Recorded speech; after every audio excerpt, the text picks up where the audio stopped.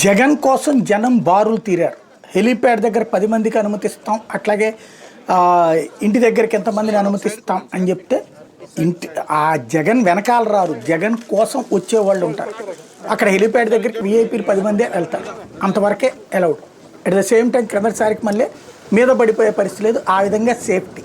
At the same time road మీద వెళ్తున్నప్పుడు బయటికి రాగానే, హెలీప్యాడ్ నుంచి బయటికి రాగానే పబ్లిక్ పెద్ద ఎత్తున అక్కడికి చేరుకుని అన్ని రకాల రిస్ట్రిక్షన్స్, పక్కన గోతులే తవ్వారా, అక్కడ ఉన్నటువంటి అడ్డాలే పెట్టారా, రాకుండా రోడ్లన్నీ బ్లాక్ చేసేసారా, చివరికి బౌన్సర్లను పెట్టారా, అదంతా చేసినా కూడా నా బ్యాక్గ్రౌండ్లో చూస్తున్నారు కదా, ఆ ముళ్ళ పొదల్లో నుంచి కూడా వచ్చి నుంచుని జగన్ కోసం పరుగులు పెట్టినటువంటి దృశ్యాలు స్పష్టంగా కనబడుతున్నాయి. ఆ తర్వాత జైలు దగ్గరికి వెళ్ళినప్పుడు జైల్లో ఉన్నటువంటి కాకాని గోవర్ధన్ రెడ్డిని పరామర్శించి బయటికి వచ్చినప్పుడు కూడా సేమ్ పొజిషన్.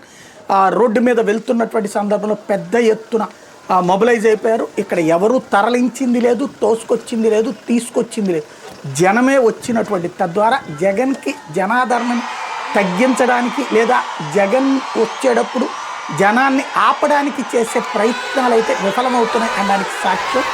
అన్ని వేలాది మంది పోలీసులతో అడ్డుపడ్డా కూడా ఆ విధంగా వచ్చినటువంటి జనం.